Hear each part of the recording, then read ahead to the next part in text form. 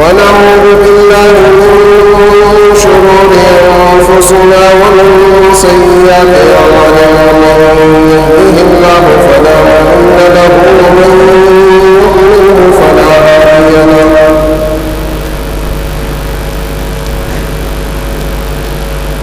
ونشهد أن لا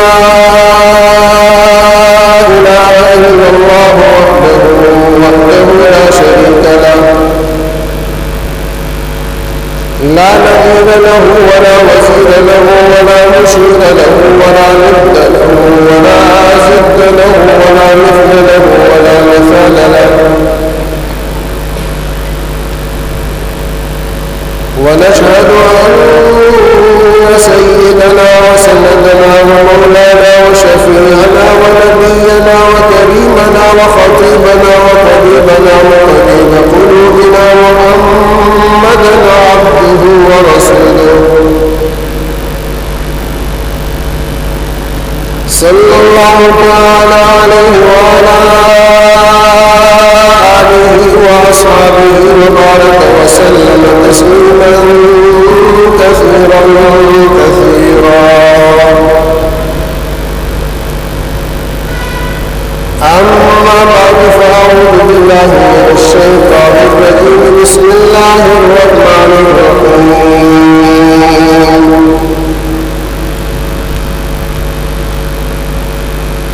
لقد كان لكم في رسول الله أسوة حسنة لمن كان يرجو الله واليوم الآخر وذكر الله كثيرا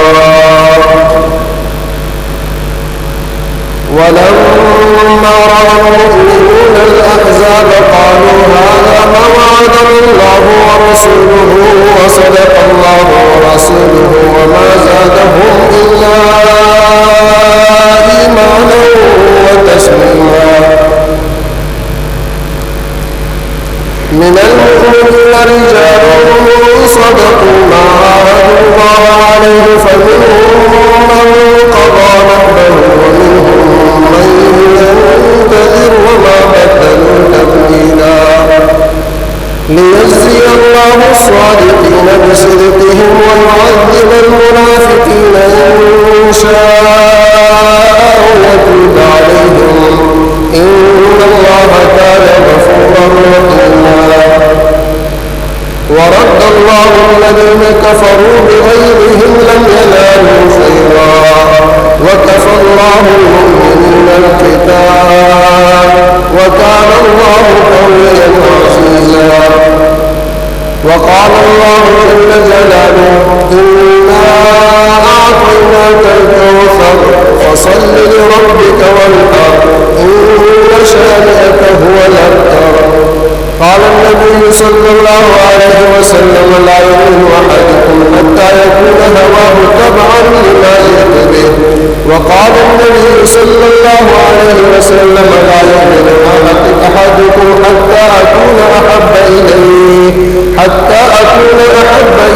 من والده وولده والناس أجمعين وقال النبي صلى الله عليه وسلم عليكم بسنتي وسنة الخلفاء الراشدين المهديين عضوا عليها بالنواجذ يا رب صل وسلم دائما أبدا على حبيبك خير الخلق كلهم هو الحبيب الذي ترجى شفاعته لكل هول من الأهوال مقتحم اللهم صل على محمد وعلى آل محمد كما صليت على إبراهيم وعلى آل إبراهيم إنك حميد مجيد اللهم بارك على محمد وعلى آل محمد كما باركت على إبراهيم وعلى آل إبراهيم إنك حميد مجيد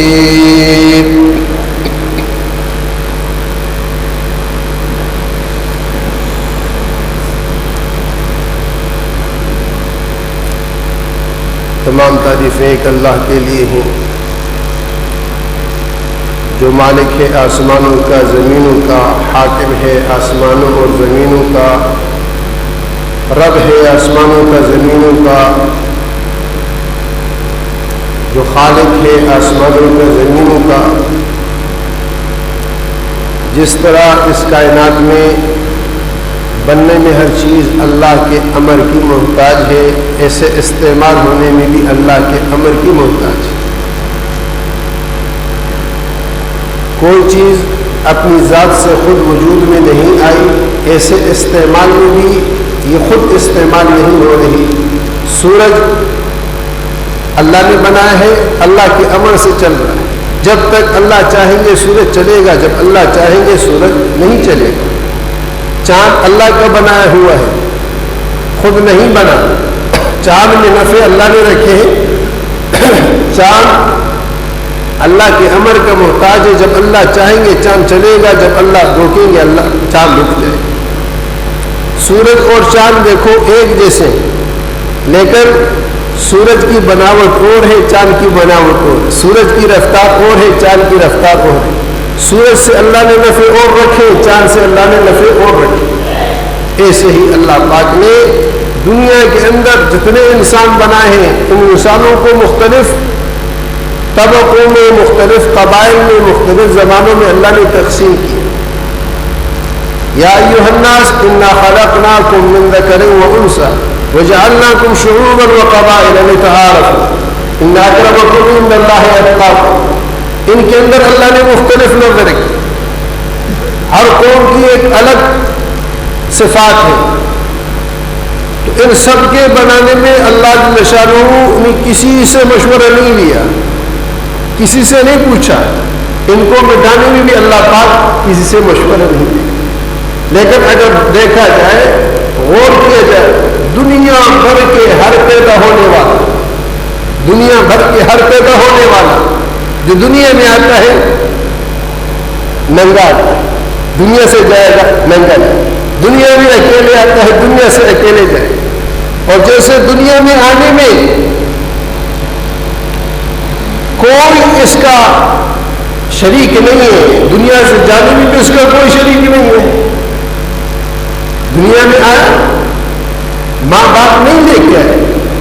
کنبہ، قبیلہ، ملک، برادری، فوجیں، لشکر، مال، دولت، اس کو نہیں لے کے آئے، اللہ لائے. یہ خود بھی نہیں آیا، اس کے بس میں بھی آنا نہیں تھا، اس کے ماں باپ کے بس میں بھی لانا نہیں تھا. اور دنیا سے جانے میں بھی، دنیا سے جانے میں بھی اللہ کا امر ہے. تو جیسے آنے میں اللہ کا امر، جانے میں اللہ کا امر، درمیان کی زندگی میں بھی اللہ کا امر ہے. یہ بات سمجھ میں آئی، یہ بات سمجھ میں آئی، یہ بات سمجھ میں آ جائے. جیسے ایک مٹھی مٹی کسی کام کی نہیں، ایک پہاڑ بھی اللہ کے امر کے بغیر کسی کام کا نہیں. اور جیسے پڑی ہوئی مٹی کسی کام کی نہیں، ایسے کھڑی مٹی بھی کسی کام کی نہیں، چلتی مٹی بھی کسی کام کی نہیں، اڑتی مٹی بھی کسی کام کی نہیں، ڈھیروں مٹی بھی کسی کام کی نہیں. اللہ چاہیں گے ان چیزوں سے نفع ہوگا، اللہ نہیں چاہیں گے ان چیزوں سے نفع نہیں. یہ بات سمجھانے کے لیے اللہ نے نبی بھیجے. نبیوں کا اور انسانوں کا جو آپس میں رشتہ ہے وہ اسی بات کا ہے. نبی انسانوں کو یہ بات سمجھا گیا ہے کہ دیکھو چیزوں کو مت کھوجو، چیزوں کے پیچھے مت بھاگو، بہت سو کے دروازوں پہ جا کے نہ دیکھو، ایک اللہ کو وحدہ لا شریک مان کر اس کی ماننے والے بنو، اس کو اپنا مأوا ملجا مانو. ہر دور میں لوگوں نے کہا کہ یہ جائز ہے، ہر دور میں لوگوں نے کہا یہ کیا ہے، جائز ہے. نبیوں کو جاہل کہا گیا ہے اور نبی کے ماننے والوں کو بھی جاہل قرار دیا گیا ہے. نبی کی محنت کو جہالت کی محنت قرار دیا گیا ہے. تو میرے محترم دوستو، ٹکراؤ جو پیدا ہوا ہے، آپ پوری تاریخ انسانی کو اٹھا کر دیکھیں، قرآن، تورات، زبور، انجیل اور جو صدیوں پر محیط انسانی تاریخ ہے، اس میں قرآن بالکل واضح واشگاف الفاظ کے اندر یہ اعلان کرتا ہے. ہر نبی کہتا ہے لا اسألکم علیہ اجرا لا اسألکم علیہ مالا. کسی نبی نے قوم سے کچھ نہیں چاہا، قوم کو صرف ایک ہی بات کی طرف دعوت دی کہ اللہ کو مانو، اللہ کی مانو، اور قوم ان سے ٹکرائی.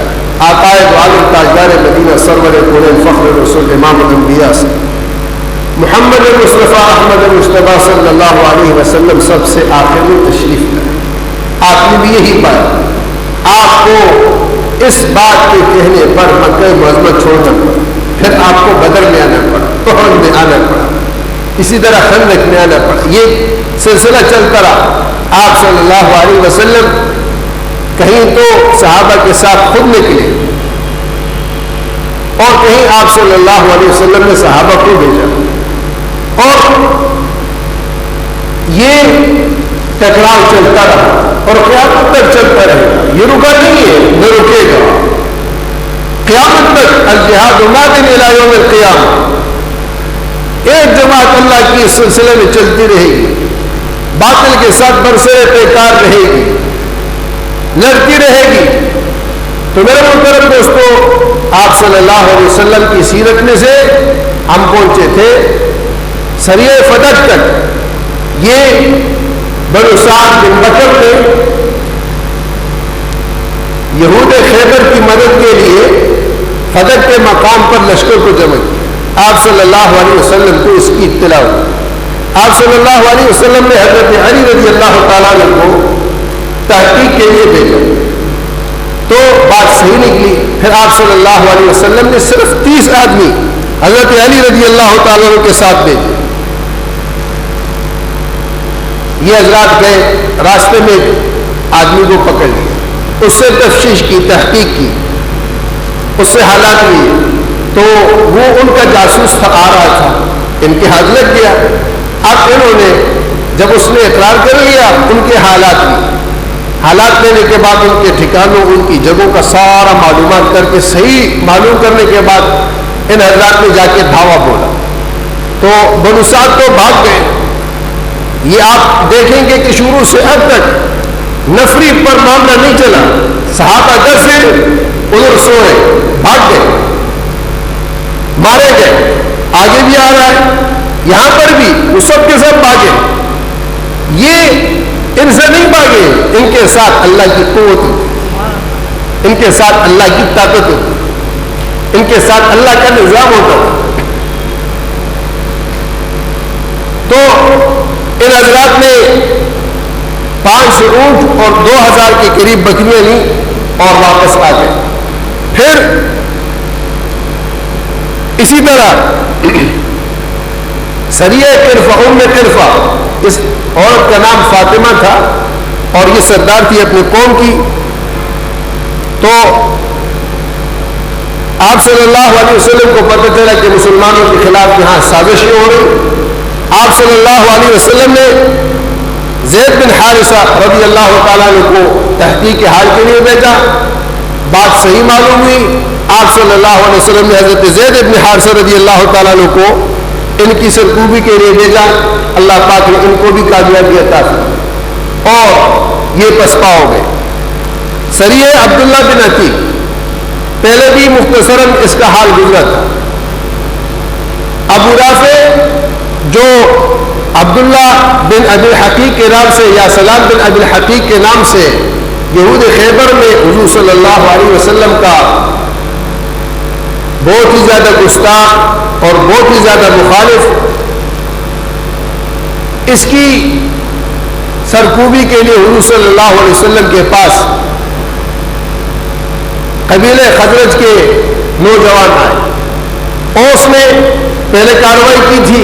خزرج والوں نے کہا ہم پیچھے کیوں رہے؟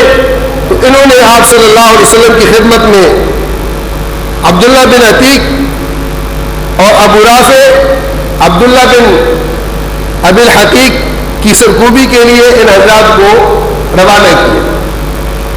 یہ حضرات وہاں سے چلے. یہ خود فرماتے ہیں کہ جب ہم وہاں پہنچے خیبر میں تو شام کا وقت تھا، ان کے مویشی اندر جانے لگے. تو تو میرے ساتھیوں کو کہا کہ تم چھپ جاؤ، میں کوئی ہیلا کر، اور میں چھپتے چھپاتے بالکل قلعے کے دیوار کے ساتھ ہوتے ہوتے دروازے تک پہنچ گیا. تو جب تقریباً سب وہ مویشی اندر چلے گئے ان کے لوگ بھی، تو وہ جو دربانچی تھا یا وہ دربان تھا اس نے کہا کہ بھائی کوئی جلدی آؤ، میں دروازہ بند کرتا ہوں. تو کہتے ہیں میں نے چادر ایسے لپیٹی اور میں بھی اندر چلا گیا اور جا کر مویشیوں کے ساتھ ان کے کھر میں جو جہاں مویشی باندھتے ہیں اس میں جا کے چھپ گیا، انتظار کرتا رہا.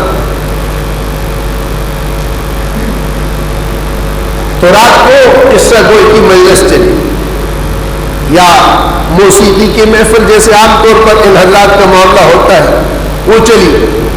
کافی رات گئے تک یہ ناچے کودے، کھائے پیے گائے ناچے. میں انتظار کرتا رہا. جب وہ ساری محفل برخاست ہو گئی اپنی اپنے ٹھکانوں کے ساتھ چلے گئے اور وہ دربانچی آیا، اس نے وہ کنجیاں وہ چابیاں ایک کھونٹے سے لٹکائیں اور جا کر سو گیا. جیسے وہ گیا میں نے چابیاں لی اور چابیاں لے کر ایک ایک دروازے کو کھولتے کھولتے کھولتے میں اس کے کمرے تک پہنچ گیا. کتنے دروازے ہوں گے؟ وہاں پہنچنے کے بعد گھر میں وہ سب اکٹھے ہیں، مجھے پتہ نہیں کہ ان میں وہ منافع کون سا ہے. تو میں نے آواز دی منافع، اس نے کہا کیا ہے؟ تو میں نے ایک دم تلوار کا وار کیا، اندھیرا تھا، تلوار چوک گئی، اس کو لگی نہیں. تو اس نے شور مچایا تو میں نے آواز بدل کر کہا منافع کیا ہوا؟ تو اس نے کہا کہ کسی نے مجھ پر حملہ کیا. جب دوبارہ آواز دی تو پھر میں نے جو مارا تو اس کو کاری زخم آیا، وہ چیخا اور میں نے تلوار کی دھار اس کے پیٹ پہ رکھی اور اس کو دبایا حتیٰ کہ تلوار آر پار ہو گئی اور مجھے یقین ہو گیا کہ یہ مردار ہو، یہ ختم ہو. اس کے بعد میں آرام سے سکون سے ایک ایک دروازے سے ہوتے اس کو بند کرتے کرتے کرتے آیا اور سیڑھی آخری سیڑھی پر پہنچا. خیال یہ تھا کہ سیڑھی ختم ہو گئی. جو میں نے قدم بڑھایا تو نیچے گرا اور میری ٹانگ کو، میں نے اپنا امامہ اتارا، اپنی ٹانگ کو باندھا اور میں باہر نکلا اور ساتھی کے پاس پہنچا اور میں نے کہا مبارک ہو اور تم لوگ تیزی سے جاؤ حضور صلی اللہ علیہ وسلم کو خوشخبری سنا کہ آپ کے دشمن کو اللہ پاک نے ختم کر. اور میں پیچھے سے آتا کرتے کراتے میں گرتے پڑتے میں مدینہ طیبہ پہنچا. آپ صلی اللہ علیہ وسلم نے مجھے بہت زیادہ پیار کیا اور پھر کہا کہ ٹانگ آگے کرو. میں نے ٹانگ آگے کی. آپ صلی اللہ علیہ وسلم نے اپنا دست مبارک اس ٹانگ پر پھیرا. آپ کے ہاتھ پھیرنے کی برکت یہ تھی کہ وہ ٹانگ ایسی ہو گئی جیسے اس کو کبھی تکلیف ہوئی نہیں. بعد میں فرماتے ہیں کہ روایت میں آتا ہے کہ زندگی پر دوسری ٹانگ میں تو تکلیف ہوئی، اس ٹانگ میں کبھی تکلیف ہی نہیں. اور کیسے ہوتی؟ رحمت کے ہاتھ پھرے تھے، ایک خاص وقت میں پھرے تھے، ایک خاص انداز میں پھرے تھے. میں بار بار ایک بات عرض کیا کرتا ہوں، آپ حضرات اس کو دل میں رکھو. کسی صحابی کے سر پر حضور نے ایک مرتبہ ہاتھ رکھا، اس نے زندگی پر اپنے وہ بال نہیں منڈوائے کہ رحمت کے ہاتھ اس پر لگے ہیں. کسی کی آنکھوں میں حضور کا لعاب صرف گرا ہے اور انہوں نے زندگی پر اس کا فیض اٹھایا. کسی کے منہ میں حضور نے لعاب کیا ہے، زندگی پر وہ اس فیض سے مستفید ہوا ہے. کسی کے ہاتھ پر حضور کا ہاتھ پھیرا ہے، کسی کے وجود کے ساتھ حضور کا وجود لگا ہے، کسی نے ہیلا کر کے آپ کے وجود کو چومنے کی سعی کی ہے اور وہ مستفید ہوا ہے. قربان صدیق اکبر کے گھرانے کے، قربان صدیق اکبر کے بولو گھرانے کے. نبی بنا ہے، نبی بننے کے بعد سے دنیا سے جانے تک بلکہ قبر میں بھی صدیق کے ساتھ ہے. نبی کا سر صدیق کی گود میں ہے. اور کمال کی بات میں عرض کیا کرتا ہوں، حضور صلی اللہ علیہ وسلم کس مقام اور کس شان کے تھے، آپ کا رتبہ کیا ہوگا، فلک ملک زمین آسمان عرش زمین آپ صلی اللہ علیہ وسلم کے مقام اور رتبے کے مقابلے میں ہے تھے. اللہ نے آپ کو اس مقام کا بنایا. آپ صلی اللہ علیہ وسلم جب بات فرماتے اور جو تھوک مبارک باہر نکلتا یا وضو کرتے اس کا پانی صحابہ لے کے جسموں پر ملتے تھے. سور کی رات میں غار سور میں حضور صلی اللہ علیہ وسلم ابو بکر کی گود میں سر مبارک پڑا ہے، پیشانی پڑی ہے. آپ کی پیشانی کیا ہوگی؟ اس کو ترس دیکھنے کے لیے ترسنے والے تڑپ کے جانے دیں گے. صدیق کی گود ہے، نبی کا سر. نبی کی پیشانی اور سانپ نے ڈسا ہے, صدیق کے آنسو نکلے ہیں, ضبط کیا, ہلے نہیں کہ حضور کی نیند خراب نہ ہو جائے, اس ضبط کی وجہ سے آنکھ سے آنسو نکلے ہیں. ساری روئے زمین کے لیے, ساری روئے زمین کے لیے, کائنات اور دھرتی کے لیے صدیق کے آنسو کی قیمت کا پوچھو. صدیق کا آنسو گرا ہے, نبی کے چہرے پر گرا ہے. صدیق کا آنسو کہاں گرا ہے؟ علی کو حضور نے اٹھایا, حسن کو حضور نے اٹھایا, حسین کو حضور نے اٹھایا, فاطمہ کو حضور نے اٹھایا, زینب رقیہ ام کلثوم کو حضور نے اٹھایا. سب صحابہ حضور صلی اللہ علیہ وسلم کے مرہون منت, حضور کو ابو بکر نے اٹھایا ہے. حضور کو امت میں صرف صدیق اکبر ہے جس نے نبی کو اٹھایا ہے. تو میرے محترم دوستو, فرماتے ہیں اس کے بعد کبھی مجھے اس کام میں تکلیف نہیں ہوئی, کبھی مجھے پریشانی نہیں ہوئی. اسی طرح آپ صلی اللہ علیہ وسلم نے سریہ عبداللہ بن رواحہ رضی اللہ تعالیٰ عنہ,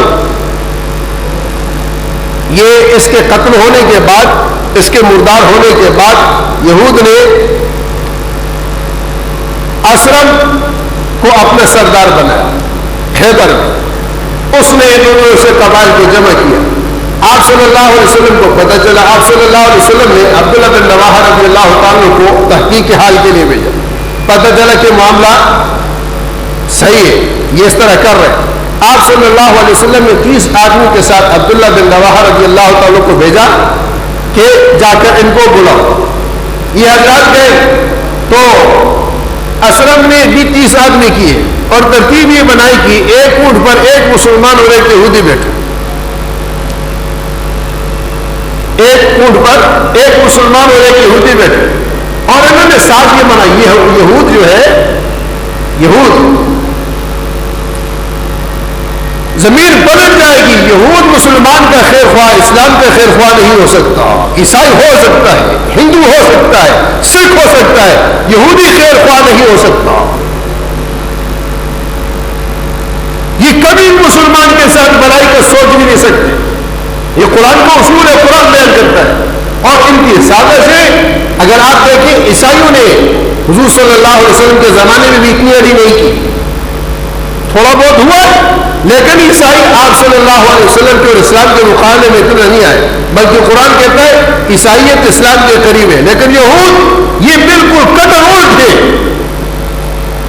دن اور رات جیسے آپس میں ضد ہے, سفید اور کالا جیسے آپس میں ضد ہے, ایسے اسلام اور یہودیت.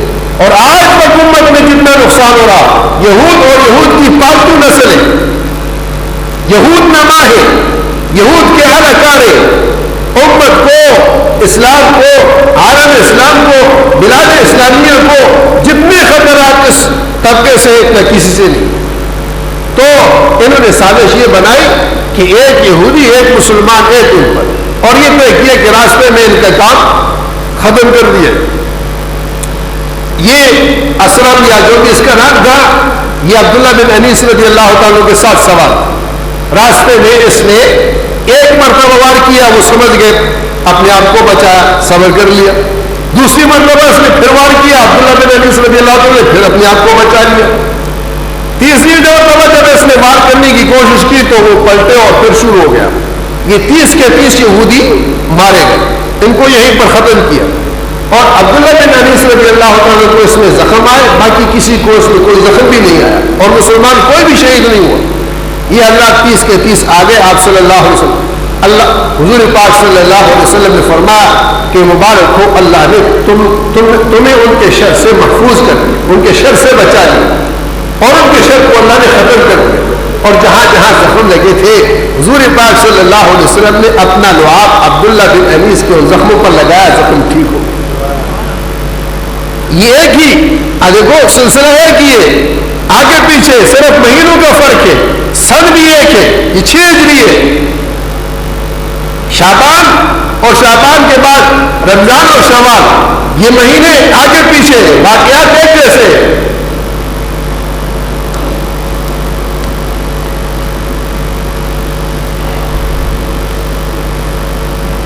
سریہ عرمئی، یہ عقل اور عرینا کے کچھ لوگ مدینہ طیبہ آئے اور اسلام قبول کیا، کچھ عرصہ رہے، بیمار ہوئے یا جو بھی ہے، تو انہوں نے حضور صلی اللہ علیہ وسلم سے کہا کہ ہمیں یہاں کی آب و فضا اور آب و ہوا یہ راس نہیں آئی، آپ اجازت دیں تو ہم جو ہے باہر جہاں یہ اونٹ وغیرہ بیت المال کے ہیں وہاں پر رہیں، ان کو دودھ پیے تو ہم ٹھیک ہو جائیں گے۔ آپ صلی اللہ علیہ وسلم نے اجازت دے دی، وہاں چلے گئے۔ جب گئے اور وہاں کچھ عرصہ رہے، وہ دودھ پیتے رہے، تو اللہ نے صحت دی، تندرست ہو گئے، توانا ہو گئے، مضبوط ہو گئے۔ اب ان کو شرارت سوجی، اور شرارت میں انہوں نے کیا کیا کہ حضور صلی اللہ علیہ وسلم کو جو چرواہا ان اونٹوں پر مقرر تھا اس کو شہید کیا، اس کے ناک اور کان کاٹے، آنکھوں کے اندر کانٹے ڈالے، مسئلہ بنائے۔ تو آپ صلی اللہ علیہ وسلم نے زور بن جابر رضی اللہ تعالیٰ کو ان کے پیچھے بھیجا، اور یہ حضرات گئے، انہوں نے جا کر ان سب کو پکڑا اور ان کو بھی اسی طرح پر مارا اور قتل کیا جس طرح انہوں نے اس آپ صلی اللہ علیہ وسلم کے چرواہے کے ساتھ کیا۔ قرآن کریم نے اس واقعے پر ہمیشہ ہمیشہ کے لیے ایک قانون نافذ کیا، اور وہ قانون یہ ہے کہ قاتل جس طریقے پر قتل کرے یا جو وہ غلط حرکت کرے، اسلام اس کی اجازت نہیں دیتا کہ اسلام بھی ایسا کرے۔ آپ غور کرنا اسلام کتنا پاکیزہ ہے کہ وہ وحشت اور درندگی کو پسند نہیں کرتا، وہ بدلہ لینے میں بھی حد رکھتا ہے، حد سے آگے بڑھنے نہیں دیتا۔ ظلم تو دور کی بات، ظلم کی رات کو بھی بند کرتا ہے۔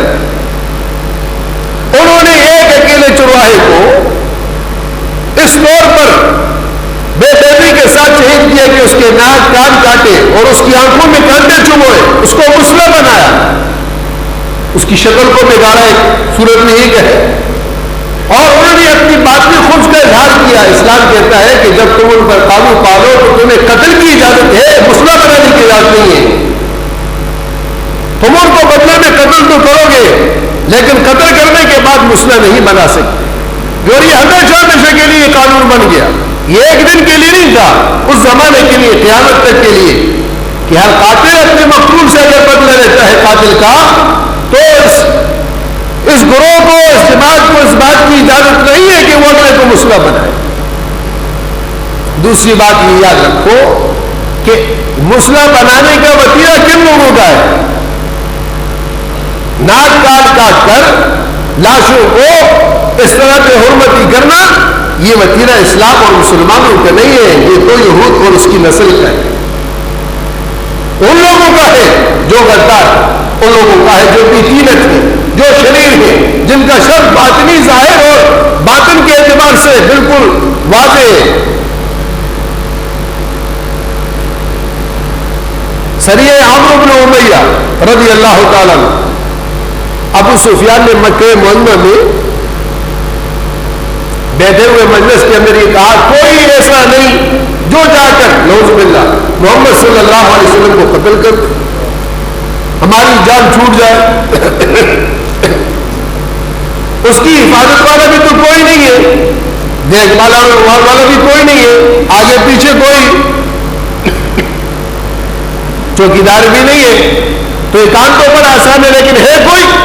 تو ایک اعرابی نے کہا کہ میں کرتا ہوں، اگر آپ لوگ میری مدد کرو۔ ابو سفیان نے کہا تمہیں جو چاہیے میں تمہیں دیتا ہوں، اور دیا، باقی اس کو زیادہ ڈرا دیا، پیسے دیے، ساری چیزوں کا اس نے انتظام کر دیا۔ یہ اعرابی وہاں سے چل کر مدینہ طیبہ ہے۔ آپ صلی اللہ علیہ وسلم اس وقت بنی عبد الاشر کی مسجد میں تھے، جب یہ اعرابی خنجر لے کر پہنچا، آپ صلی اللہ علیہ وسلم نے فرمایا کہ یہ آدمی شر کی نیت سے اور شر کے ارادے سے آیا۔ تو اسید بن حضیر رضی اللہ تعالیٰ کھڑے ہوئے، انہوں نے اس کو پکڑا، تلاشی لی، خنجر برآمد ہوا، دو چار ہاتھ لگائے تو وہ بول پڑا اور کہا کہ مجھے امان دو تو میں آپ کو پورا قصہ بتا دوں. آپ صلی اللہ علیہ وسلم نے فرمایا تمہیں امان ہے. اس نے کہا کہ ابو سفیان نے یہ بات کی, اس پر میں تیار ہوا, یہ خنجر میں لے کے آیا تھا آپ کا کام تمام کرنے کے لیے, لیکن جو بات سوائے میرے اس مجلس میں سے کسی کو معلوم نہیں تھی اور میرے ارادے کا کسی کو پتہ نہیں تھا, آپ کو اس کی اطلاع ہوئی, میں گواہی دیتا ہوں آپ اللہ کے رسول, میں توبہ کرتا ہوں اس بات سے, اور مجھ پر یہ بات واضح ہوئی کہ محمد صلی اللہ علیہ وسلم میں دنیا میں سے کسی سے نہیں ڈرتا, لیکن آپ کو دیکھ کر مجھ پر ایک ہیبت طاری ہوئی, ایک کیفیت بن گئی, میرا دل کانپ اٹھا اور میرے باطن کے ارادے کی آپ کو اطلاع ہوئی, خبر ہوئی جس کا بغیر کوئی امکان نہیں تھا. تو آپ صلی اللہ علیہ وسلم سچے ہیں اور ابو سفیان اور اس کی جماعت کی شیطان کی جماعت ہے وہ باطل پر ہے اور میں کلمہ پڑھتا ہوں. آپ صلی اللہ علیہ وسلم نے اس کی بات سنی اور آپ نے تبسم فرمایا, آپ ہنس پڑے.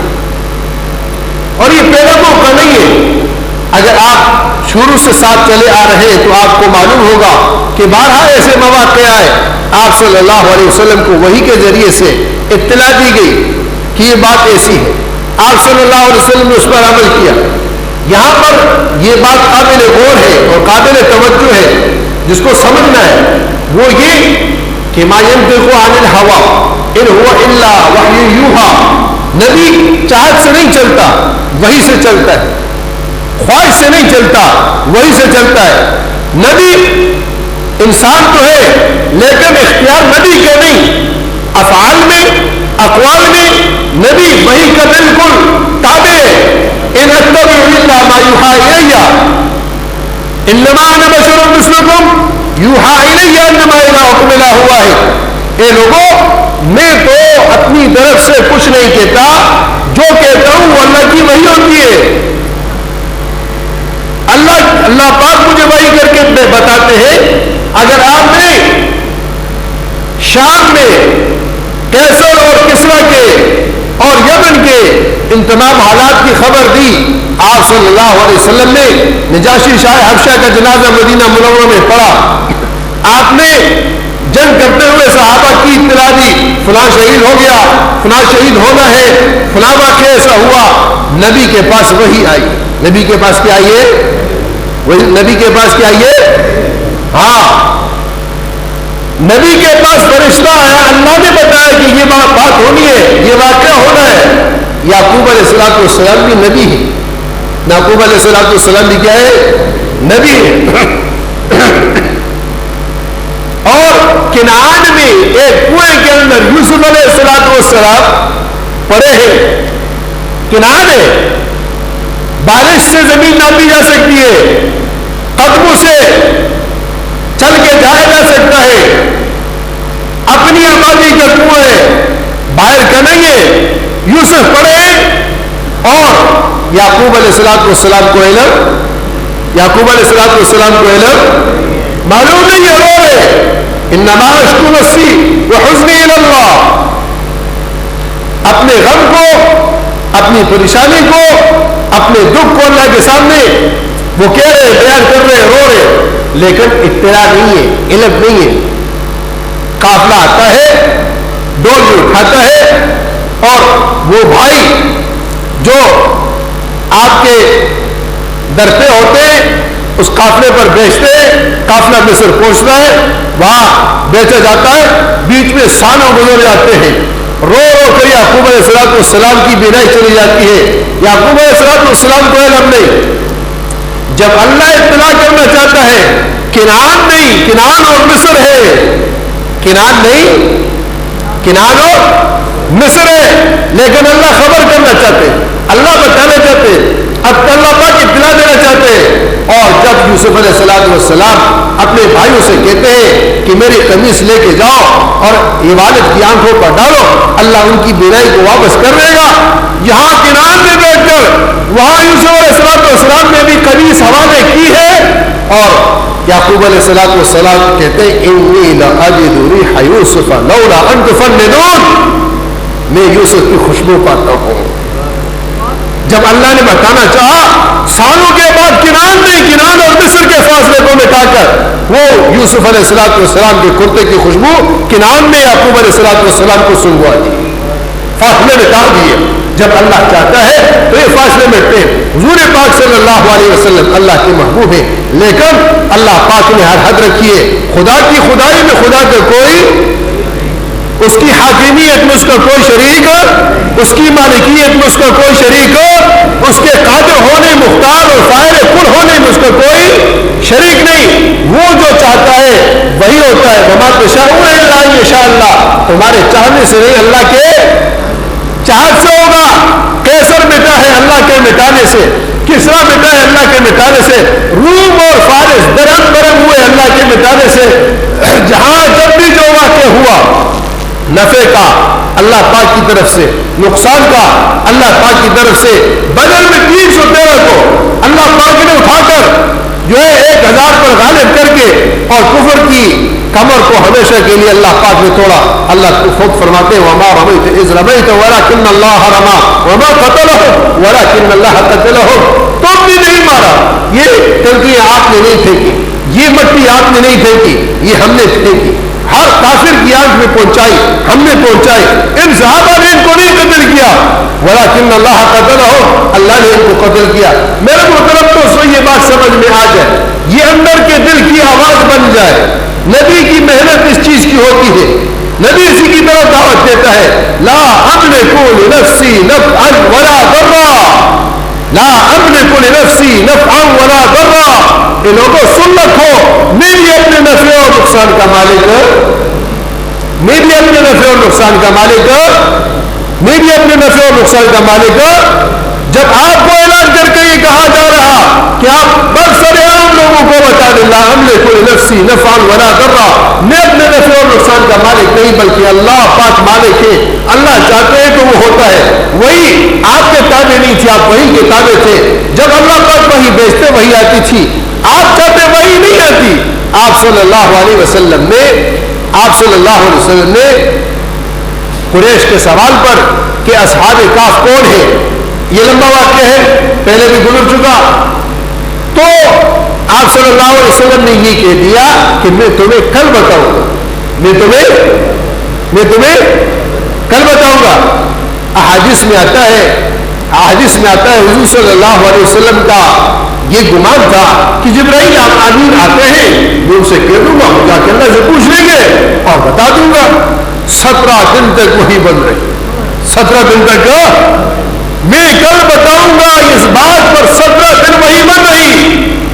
اور سورہ کہف کی آیت اتری ہے، اس کے بعد جب وہی آئی ہے تو سب سے پہلے جو آیت اتری وہی آیت تھی لا تقولن لشیء انی فاعل ذلک غدا الا ان یشاء اللہ. میرے محبوب آپ کی ہرگز ایسا نہ کہے کہ میں کل یہ کام کروں گا، ہاں اگر اللہ نے چاہا انشاءاللہ کہو گے. آپ کو بھی اس کی اجازت نہیں کہ آپ کو میں کل یہ کام کروں گا، اس لیے کہ آپ کے اختیار میں بھی. جب اللہ پاک نے اپنے نبی سے یہ فرمایا کہ آپ کے اختیار میں یہ نہیں ہے کہ کل میں یہ کام کروں گا، آپ انشاءاللہ کہو گے. میرے دوستو جو بات میں عرض کرنا چاہتا ہوں یہ ہے کہ ہم اپنے معاملات میں کیسے بے مہار گھوڑے کی طرح اللہ کی ذات کو چھوڑ کر چل رہے ہیں. اپنے امور میں ہم اللہ کی ذات کو چھوڑ کر کیسے چل رہے ہیں. ہم کیسے اپنے نفع اور نقصان کے مالک ہو سکتے ہیں، اور کیسے ہم خود مختار ہو سکتے ہیں، کیسے ہم آزاد ہو سکتے ہیں. میرے محترم دوستوں عقائد عالم صلی اللہ علیہ وسلم یہ اللہ کے محبوب تھے، وہ آزاد ہوتے، صدیق آزاد ہوتے، فاروق آزاد ہوتے. سب سے زیادہ اللہ سے ڈرنے والے یہ لوگ تھے. میرے محترم دوستوں جتنا اللہ سے قرب ہوگا انسان کے دل میں اللہ کا خوف اور اللہ کا ڈر ہوگا، اتنا اللہ کی عطیت میں اضافہ ہوگا، اتنا انسان اللہ کے قریب ہوگا. ضرورت صبر کی ہے. یہ ساری بات جو لمبی بات ہے کہ اللہ کی پہچان حاصل ہو جائے اور اللہ سے جو ربط اور تعلق بننے کا اور معبود کا ہوتا ہے وہ ہمارا اللہ کے ساتھ بن جائے. ہم ہر چیز میں آپ صلی اللہ علیہ وسلم نے فرمایا جوتے کا تسمہ ٹوٹے اللہ سے مانگو، کھانے میں نمک کی ضرورت ہو اللہ سے مانگو. یہ 2 اپنی خصوصیت کے ساتھ علماء کہتے ہیں کہ بات یہ ہے جوتے کا تسمہ یہ بالکل ادنا سی چیز ہے, معمولی سی چیز ہے, ہم اس میں بالکل ذرا برابر پرواہ نہیں کرتے. آپ نے فرمایا اس ادنا چیز کے لیے بھی اللہ کی مدد کی ضرورت ہے, اللہ کی مدد کے بغیر یہ بھی دستیاب نہیں ہو سکتی. اور نمک اس وقت بڑی قیمتی چیز ہوتی تھی, اب تو عام ہو گیا. اس وقت نمک بہت دقتوں سے ملتا تھا, پہاڑوں میں سب سے قیمتی چیز نمک ہوتی تھی جو دور دہار سے جو ہے لوگ بہت لاتے تھے. اب سہولیات کی وجہ سے ہر چیز آسان ہو گئی, تو جو قیمتی چیز تھی اور جو نایاب چیز تھی وہ بھی اگر مانگو تو کس سے مانگو؟ اے عائشہ آگ جلانے کی ضرورت تو اللہ سے مانگو, سوئی گم ہو جائے اللہ سے مانگو, گم ہو جائے. ہم اپنے معاملات میں اللہ سے کتنا تعلق رکھتے ہیں, ہم اللہ سے کتنا کہتے ہیں, ہم روزانہ کتنی صلاۃ حاجت پڑھتے ہیں, اپنے حاجات میں کتنا اللہ پاک پر بھروسہ کرتے ہیں, کتنا اعتماد کرتے ہیں. میرے دوستوں امت کو اس وقت میں پچھلی دفعہ بھی عرض کر چکا, ہتھیاروں کی, فوجوں کی اور مال کی, دولت کی عہدوں کی ضرورت نہیں ہے, اللہ سے تعلق کی ضرورت ہے. حضور پاک صلی اللہ علیہ وسلم کی حیات طیبہ لقد کان لکم فی رسول اللہ اسوۃ حسنۃ لمن کان یرجو اللہ والیوم الآخر وذکر اللہ کثیرا. بالکل واضح ہے آپ صلی اللہ علیہ وسلم نے اسباب سے زیادہ اللہ جل شانہ کی ذات, اسباب بھی رکھے ہیں, آپ نے اسباب کو نہیں چھوڑا, لیکن بنیاد اللہ کی ذات تھی. بنیاد کیا تھی بھائی؟ ہم صرف اور صرف اسباب کی طرف دوڑ رہے. راتوں کا رونا ہم سے چھوٹ گیا, راتوں کی آہیں ہم سے چھوٹ گئی, راتوں کی سسکیاں جس سے قوموں کی تقدیریں بدلا کرتی, جس سے احوال بدلا کرتے, وہ رات کے آرزو ہے, وہ تہجد کی نماز ہے, وہ اللہ پر بھروسہ ہے, ہر معاملے پر, ہر معاملے میں اللہ پر نگاہ ہے. اللہم انا نستعینک ونستغفرک ونؤمن بک ونتوکل علیک ونثنی علیک الخیر. یہ سکھایا گیا ہے, یہ بتایا گیا ہے کہ ہم ہر چیز میں اللہ سے مانگیں. ایاک نعبد و ایاک نستعین لا نعبد غیرک ولا نستعین سواک. اے اللہ ہم تیرے سوا کسی کی عبادت نہیں کرتے, نہ کریں گے, اور یا اللہ تیرے سوا کسی سے مدد نہیں مانگتے, نہ مانگیں گے. یہ بتایا گیا ہے ہر نماز کی ہر رکعت میں ایاک نعبد و ایاک نستعین. یہ حاجہ بینی و بین عبدی, حدیث قدسی کے الفاظ ہیں, یہ میرے اور میرے بندے کے درمیان ربط ہے, تعلق ہے, راز ہے. اس کو سمجھ, اس کو سمجھے بغیر ہمارے مسائل نہیں حل ہوں گے. تنخواہیں 4 مہینے کی مانگو, 6 مہینے کی مانگو, اسٹیل ہو, PIA ہو, فلاں فلاں ہو, ایک کروڑ کے بجائے اللہ کرو, اللہ کرو, اللہ کے سامنے رو, آنسو بہاؤ, اللہ کے سامنے ہاتھ اٹھاؤ, اور صرف یہ نہیں پیش کرو, پوری امت کے حالات کو سامنے رکھ کر اللہ سے رو. اس وقت میرے دوستو حالات بہت ہی زیادہ انتہائی درجے تک نازک ہوتے چلے جا رہے ہیں. وہ وقت کہ جس وقت صرف اللہ کی ذات کام آئے گی, سر پہ آ پہنچا ہے. زمینی حالات بھی بگڑے ہوئے, آسمانی حالات بھی بگڑے ہوئے, زلزلے اور بارشوں اور طوفانوں نے بھی گھیرا ہوا ہے, اور ظاہری باطنی دشمنوں بھی گھیرا ہوا ہے. ان سب سے اے موسیٰ, اے موسیٰ پورے ہوئے زمین کے تیر بن جائیں, اور مارنے والا مار رہا ہو, کہاں تم بچو گے؟ موسیٰ علیہ السلام نے کہا اللہ مارنے والے کو پکڑ لوں گا, مارنے والے کو. حالات آئے نہیں, حالات بھیجے جا رہے ہیں ہماری نافرمانی کی وجہ سے. اب اس میں بچاؤ صرف اللہ کی ذات ہے, اللہ کو پکڑ لو. فقد استمسك بالعروة الوثقى لا انفصام لها والله سميع عليم. اللہ مجھے آپ کو پوری امت کو اس کی سمجھ عطا فرمائے.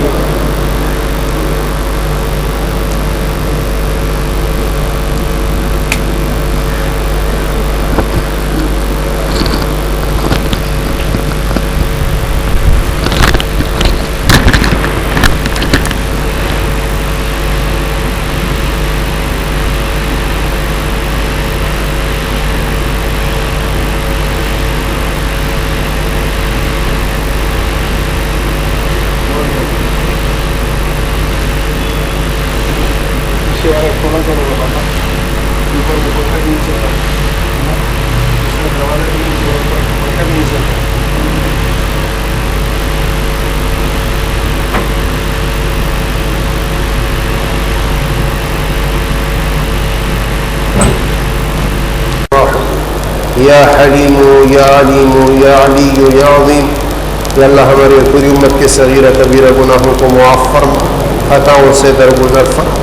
یا اللہ جان کر کیے انجانے میں کیے جتنے گناہ ہم سے ہوئے معاف فرما دے، ہمیں سچی توبہ نصیب فرما، اپنی ذات صفات کی معرفت عطا فرما، حضور صلی اللہ علیہ وسلم کی محبت اتباع نصیب فرما، اپنی کتاب کا نور ہمیں مرحمت فرما. اے اللہ اس سے ہماری تمام بگڑیاں بنا، مسائل کو حل فرما، پریشانیوں کو دور فرما، الجھنوں کو ختم فرما، قرضوں کو ادا فرما، بیماریوں کو صحت سے مبدل فرما. جتنے بیمار اسپتالوں میں ہیں، گھروں میں ہیں، یا اللہ ان سب کو شفائے کاملہ عاجلہ مستمرہ نصیب فرما، ان کو صحت کی دولت سے مالا مال فرما. اے اللہ اپنے فضل سے ایمان پر جینا، ایمان پر خاتمہ نصیب فرما. اے اللہ ہمارے اس ملک کے حالات کو بہتر فرما، اس ملک کو امن کا گہوارہ بنا، اس کو اسلام کا قلعہ بنا. اے اللہ کلمے کا مرکز بنا، عالم اسلام کی رشد و ہدایت کا ذریعہ بنا، پورے عالم کی اللہ حفاظت کا ذریعہ بنا، امن کا ذریعہ بنا. اے اللہ ظاہری باطنی انتشارات کو ختم فرما، ہمارے مساجد کی، مدارس کی، ائمہ کی، خطبہ کی، علماء کی، یا اللہ جتنے صالحین ایمان والے ہیں سب کی حفاظت فرما. اے کریم رب ہمیں یہودیت، نصرانیت، مجوسیت، رافضیت، قادیانیت کے جتنے فتنے ہیں ان سے محفوظ فرما، پوری امت کی حفاظت فرما، حرمین شریفین کی حفاظت فرما. اے اللہ اپنے فضل و کرم، لطف و احسان کے ساتھ جتنی جوان بچے گھروں میں ان کے رشتوں کا انتظام فرما، ان کے رشتوں کا انتظام فرما، ان کے رشتوں کا انتظام فرما. اے اللہ جن ہمارے بچوں کے امتحانات سر پر ہیں، یا اللہ یہ امتحانات دے رہے، یا اللہ ظاہری باطنی کامیابیاں نصیب فرما، یا اللہ کامرانی نصیب فرما. یا اللہ ان کی جوانی کو اپنے دین کے لیے قبول فرما، یا اللہ اپنے دین کے لیے ان کو وقف فرما، ان کے دلوں میں یا اللہ اپنے حبیب کے اپنے دین کی محبت پیدا فرما، اور یا اللہ اس کو دن بدن زیادہ فرما، دن دگنی رات چگنی ترقی نصیب فرما. اپنے فضل و کرم، لطف و احسان کے ساتھ یا اللہ جن دوستوں نے، بھائیوں نے دعاؤں کے لیے کہا، ان کی ظاہری باطنی یا اللہ چھوٹی اور بڑی، انفرادی اجتماعی جو بھی حاجات ہیں اپنے غیب کے خزانوں سے پوری فرما دے. اے اللہ جنہوں نے ہی کہا ان کی حاجات بھی اپنے خزانوں سے پوری فرما. اے اللہ اپنے فضل سے، اپنے کرم سے، اپنے لطف سے جتنے دوستوں اور بھائیوں نے ہاتھ اٹھائے ہیں یا اللہ تجھ سے مانگ رہے اس مبارک گھڑیوں میں، یا اللہ جمعے کا دن ہے، ان کی تمام حاجتوں کو پورا فرما، ان کی ضرورتوں کو پورا فرما. جو بے روزگار ہیں جائز روزگار عطا فرما. یا اللہ جو روزگار میں پریشان ہیں ان کی پریشانیوں کو دور فرما. اے اللہ ہمارے جان میں، مال میں، عزت میں، آبرو میں برکت پیدا فرما. یا اللہ ہمیں حلال عطا فرما، حرام سے بچا. یا اللہ ظاہر کا باطن کا حلال نصیب فرما، اور ظاہر کے باطن کے حرام سے ہماری حفاظت فرما. یا اللہ اعتقادی، قولی، فعلی، یا اللہ عملی، جانی، مالی جتنے طور پر یا اللہ تو نے حرام بنائے ان سے ہمارے بچوں کی، ہمارے گھروں کی حفاظت فرما، پوری امت کی حرام سے حفاظت فرما، اور حلال پر ہمیں قناعت نصیب فرما. اپنے فضل و کرم، لطف و احسان سے ہماری دعاؤں کو قبول اور منظور فرما. آمین یا رب العالمین. آمین. تقبل منا انك انت السميع العليم. آمین وتب علينا انك انت التواب الرحيم. آمین. وصلی اللہ علی حبیبہ سیدنا محمد وعلى آلہ وصحبہ اجمعین برحمتہ.